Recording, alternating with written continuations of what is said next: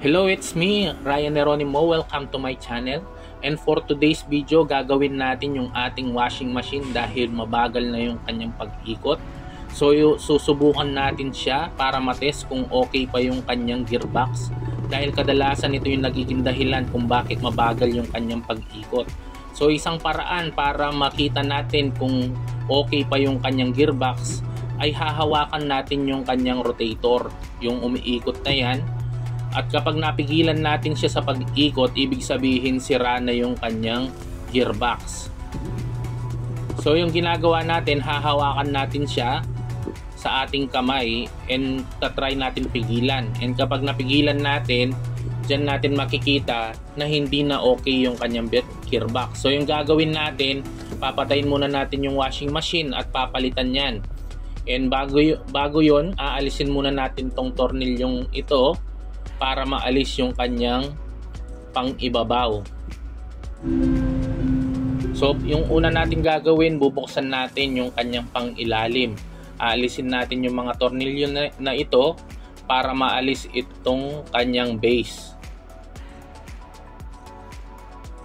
Kapag nakalagan na natin lahat ng mga tornilyong yan, bababa itong pang-ilalim na base na magiging dahilan para maalis yung kanyang gearbox. Aalisin muna natin yung kanyang holder sa kanyang drain para tuloy-tuloy siyang bumaba. So pagkatapos natin maalis lahat ng tornilyo, mahihiwalay yung kanyang base sa kanyang katawan. So yung mangyayari, maaalis natin yung kanyang pump belt. So hindi na natin inalis yung kanyang dryer at inusog na lang natin ng konti yung kanyang base dahil kaya naman natin alisin yung kanyang gearbox kahit hindi natin alisin yung dryer. Aalisin lang natin yung mga tornilyo niya gamit yung Phillips screw.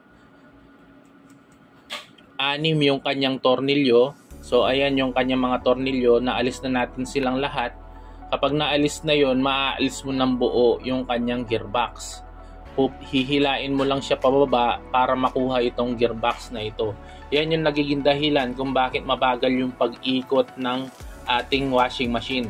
So, bibili muna tayo ng bagong gearbox para maayos natin yung ating washing machine.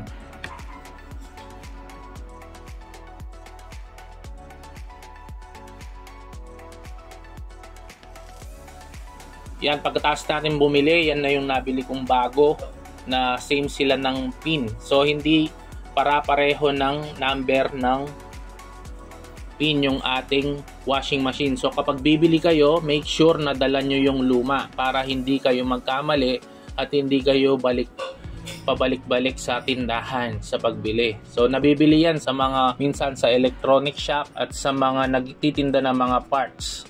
Nabili natin yan sa mga nagtitinda ng electronics part at mga nagtitinda ng pyesa ng mga washing machine, dryer at mga TV. Kadalasan dyan nabibili yan. Ilalagay lang natin yung ating gearbox, ilalapat lang natin at ibabalik yung mga tornilyo para mahigpitan. Ihigpitan lang natin gamit yung Phillips screw at make sure natin na mahigpit yung pagkaka-tornilyo. So kapag natapos na natin yon, ibabalik lang natin yung kanyang base sa kanyang katawan. Gamit yung mga tornilyo kanina, ibabalik din natin. Yan, meron siyang tornilyo sa side, sa ilalim na part. Pagkatapos natin maibalik, babalik lang natin itong kanyang pang top at yung tornilyo sa itaas na magsisilbing kapitan ng ating gearbox. Ito tornilyo lang natin siya at tapos na siya mga sir.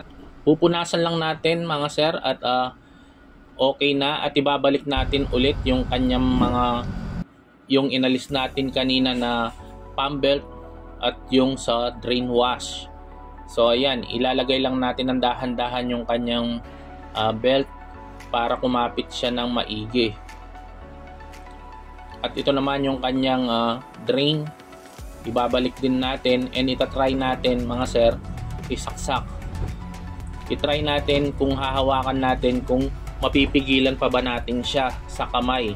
I-on lang natin and kapag nag-stop siya, hahawakan lang natin yung kanyang pulsator mga sir. Kapag hindi na natin kayang pigilan yan, ibig sabihin okay yung ating gearbox. So yan mga sir, itatry natin lagyan ng tubig para makita natin kung hindi na mabagal or hindi na nahihirapan yung ating washing machine. So tinry natin siya at lagyan ng damit. So okay na yung kanyang pag-ikot, bumalik na siya sa dati niya. So yun lang mga sir, sana natutulungan ko kayo dito sa ating video. Huwag lang kalimutan i-click yung like, subscribe button, and click the notification bell para lagi tayong updated sa bago nating uploads. See you mga sir!